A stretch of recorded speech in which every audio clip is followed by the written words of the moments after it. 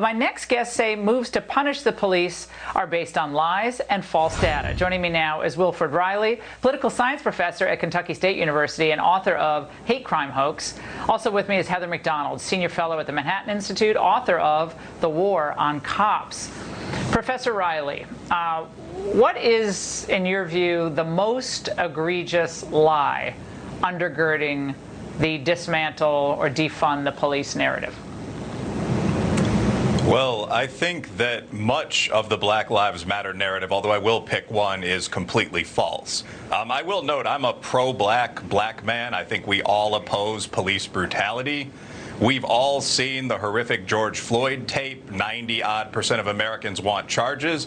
But the narrative that backs defunding the police is based on non-real data.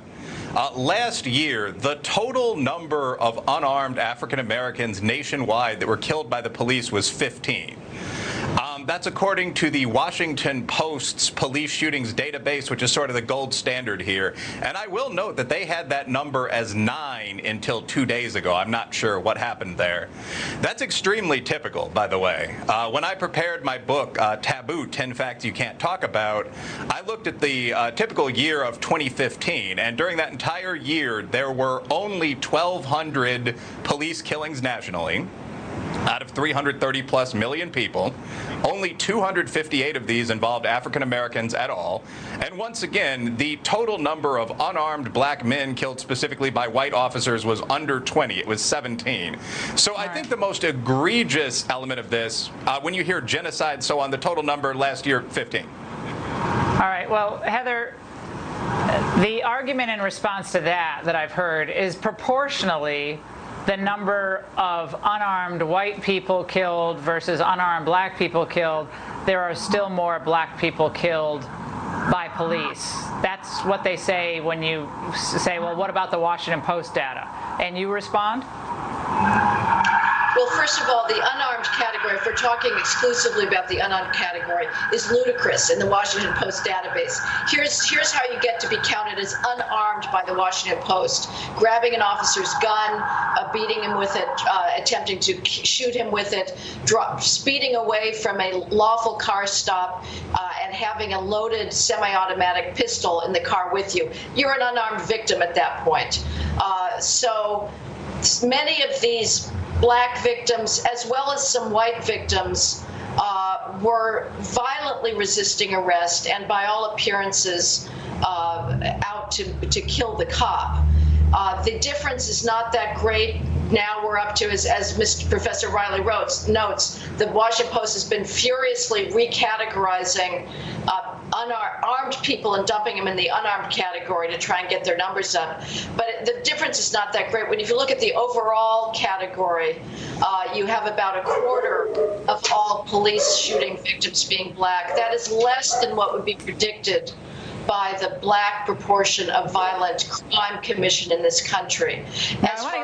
Hold on, Heather. I want to look at the actual figures here, because here are the latest stats on the interracial crime in the United States. And again, this is from the same database. 2018, there were over 4.1 million violent incidents in the country involving black and white Americans. Now, of those, about 607,000 incidents were interracial. Nearly 60,000 of those were white on black violence, just under 10%. Now, on the other hand, 547,000 were incidents of black on white violence, or 90%. Wilfred, how can this inform how we discuss these issues? Because even though it's in the official database, that's never part of the conversation. Serious discussions simply have to be based on reality. That's the answer. People with voices to present that reality need to do so. Now, I will note that, as you said, interracial crime overall among violent crime was a fairly small percentage. 15% of crime against whites as of last year was committed by blacks. African Americans make up about 13% of the population. whites did even better, if you will, committing only about 11% of crime against blacks.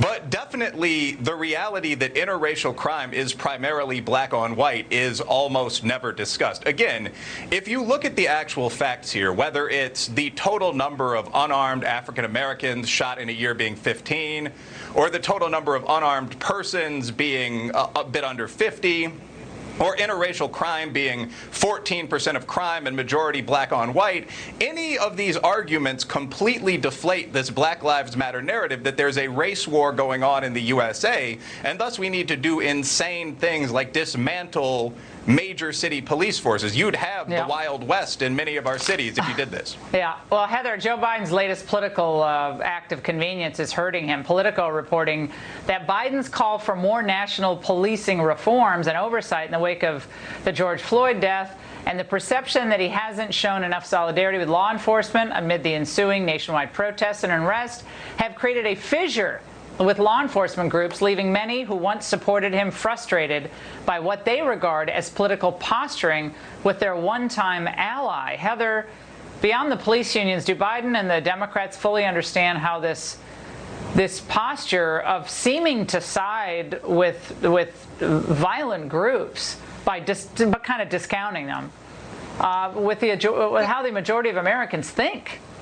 We are burning up this country. We are burning up this civilization. We have unleashed the worst passions for destruction and mayhem, carnage, hatred, sadism at large. And government has an obligation to protect persons, to protect property. It is failing to the extent that Biden cannot summon the moral courage to unequivocally condemn this. Without saying he understands it, without linking it to white supremacy, he is going to torpedo himself. And he's also going to torpedo himself with the law-abiding blacks, the thousands of them in inner-city neighborhoods who beg for more police, not less. I have never been to a police community meeting in an inner-city community like Harlem or central Brooklyn or the south side of Chicago where I do not hear those law-abiding good people say, we want more cops, we want the dealers off the street. That's what we heard. Next day. Yeah, we heard the same thing in Chicago when we did our 2 town halls there on crime and inner city and difficulties. And I don't think there was an exception of the folks that we talked to and interviewed who didn't say, we need more help here.